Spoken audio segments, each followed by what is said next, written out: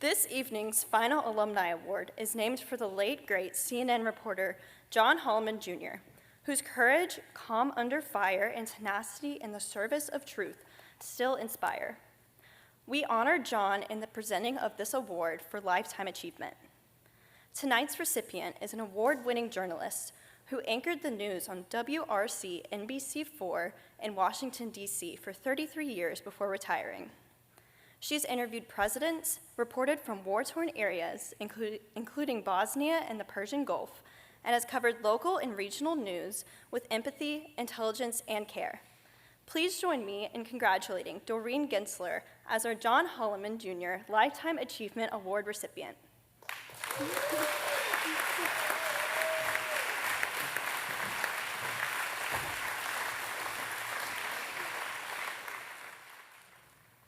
That is a rock.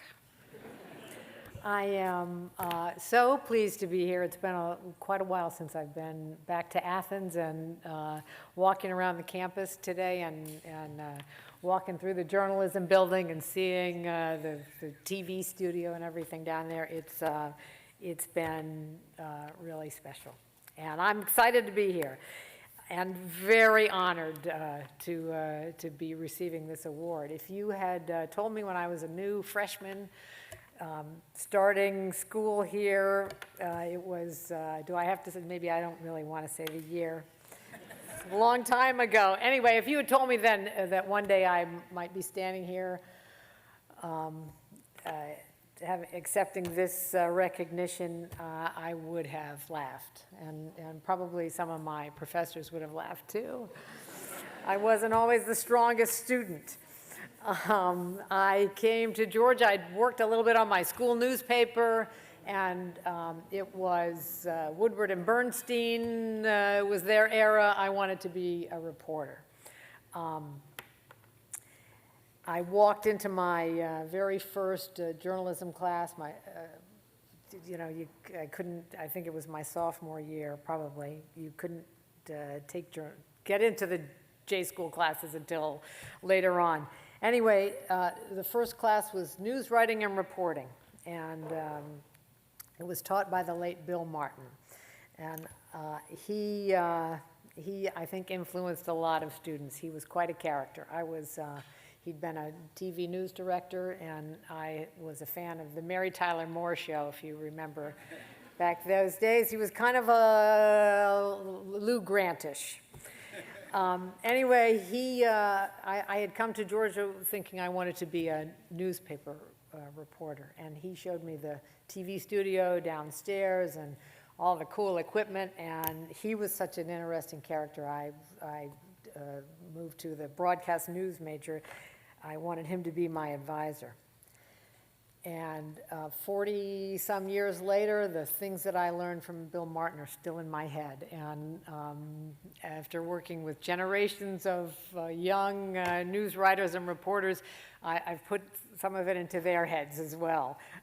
Things like writing with clear, simple language, making your lead sentence get people's attention and tell them why they should care about what you're writing about.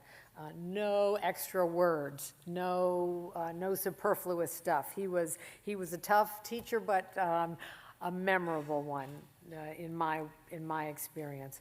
As a student at Grady, I also got experience working in front of a camera for the first time and working with TV equipment and learning how the different roles to produce a TV newscast worked. My senior year at Grady, I was very fortunate to have the opportunity to do an internship in Atlanta, live in Atlanta for the quarter and cover the Georgia State Legislature for the public television station. And I was a reporter, and a real reporter with a real responsibility and real deadlines every day and a real tough people cracking down on us. It was a great experience. I had a great experience as well as a student at Georgia. I didn't know a soul when on this campus when I got here, and the journalism school gave me community, and so did I joined a sorority, which I hadn't expected to do. And that also, shout out to the Thetas, that also gave me connections and lifelong friendships, friends that I still see and stay in touch with today. I had a couple of, had part-time jobs for the university. I spent some time in the Grady graphics lab, helping Professor Foey, who long time ago, but helped with the graphics for the Peabody Awards. I'm sure what I did has no resemblance to the computer-generated things that are happening now. And I also had the world's best part-time job as a student here in Athens. There used to be a swimming pool, Legion Pool. I don't know if anybody here is old enough. Okay? Good, I'm glad. I feel much better now. Legion Pool, I was a lifeguard at Legion Pool. And if you went to Legion Pool, it's long gone now, but if you went to Legion Pool, you know that it was, at no point was it more than 4 or 5 feet deep. And there were no children running around, just a lot of college students drinking beer and working on their tans. And so the most significant thing I had to do was tell people to go outside and pour your beer into a cup, because we don't allow glass bottles around here. But what a great fun! What great fun that was. The experience and the education that I got at Grady helped me get off to a strong start in the television news business, and it has been a great ride, 40-some years, from a one-man band reporting for a TV station in Chattanooga. I moved to Charlotte, and then to Cleveland and Philadelphia, and finally to Washington, D.C., which is my hometown, 33 years ago. There have been a lot of adventures for me along the way. 2 trips to Israel to cover a Nazi war crimes trial for a guy named John Demjanjuk, who was in Cleveland. I was on a U.S. Navy hospital ship during the Second War in the Persian Gulf with a whole lot of brave medical people. I was on the ship in the enlisted in the enlisted mess hall on that ship when we all watched the statue of Saddam Hussein coming down, and that's something I will always remember. And nothing like the experiences of John Holliman in the first Persian Gulf War, but memorable to me nonetheless. I was on the air in Washington, D.C. on 9/11, and I spent a lot of time covering the awful aftermath of that. I've covered health and medical news, and there were a whole lot of people burned and seriously injured that we followed. I've covered 7 inaugurations in Washington, and lately the Black Lives Matter protests in Washington. We were live on the air when, remember the tear gas and the pushing the crowds back, and President Trump coming out to hold the Bible in front of the church. That was something I'll never forget, and neither are the January 6th protests that turned so dangerously violent. And can I say how proud I am to be on the same program with Officer Caroline Edwards.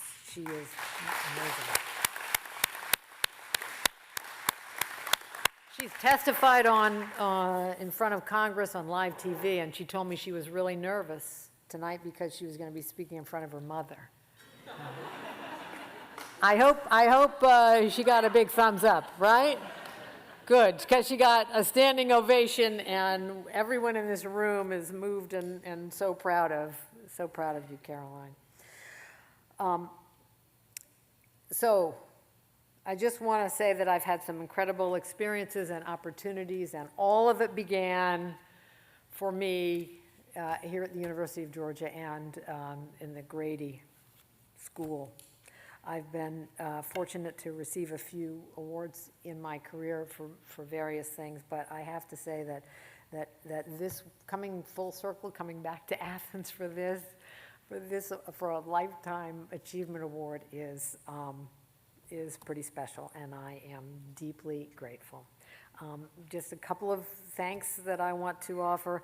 Besides Professor Bill Martin, who had a lot of impact on me, a lot of other people have helped me along the way. And I just want to mention there was a TV news director in Charlotte named Ron Bielik, who was a mentor to me, and he's the person who persuaded me to try anchoring without giving up reporting, which has been important to me throughout my career. Also, my time in Charlotte, I worked alongside Bill Walker, longtime news anchor man, great guy, very generous with his time, and a wonderful role model for me as a new anchor to have the opportunity to watch how he did the job. Jim Vance was an amazing newsman who I anchored with him in Washington for 28 years before he passed away. And he was a giant. We could not have been more different. And he was very generous I joined a team of three guys: Jim Vance, George Michael, Bob Ryan, all television news giants, and they allowed me to become part of their team, and it was a very, very successful team, and I think we all really appreciated it. But my relationship with Jim Vance was very special, and I joined the hundreds of thousands of people in the Washington area who miss him dearly. He passed away in 2017. And I especially want to thank my best advisor and biggest supporter, and that would be my husband of 36 years. I ended up marrying a print journalist, so go figure. But he has, it's not easy to travel across cities with two careers in journalism, but we have done it, and he has helped me a whole lot. He was at the Cleveland Plain Dealer and the Philadelphia Inquirer and then the Washington Post, and he has given me a lot of good career advice over the years, so thank you. And now he's teaching communication law at American University, so he's one of us. Anyway, thank you for this award and this recognition. It's really wonderful for me to be back here in Athens. And thank you.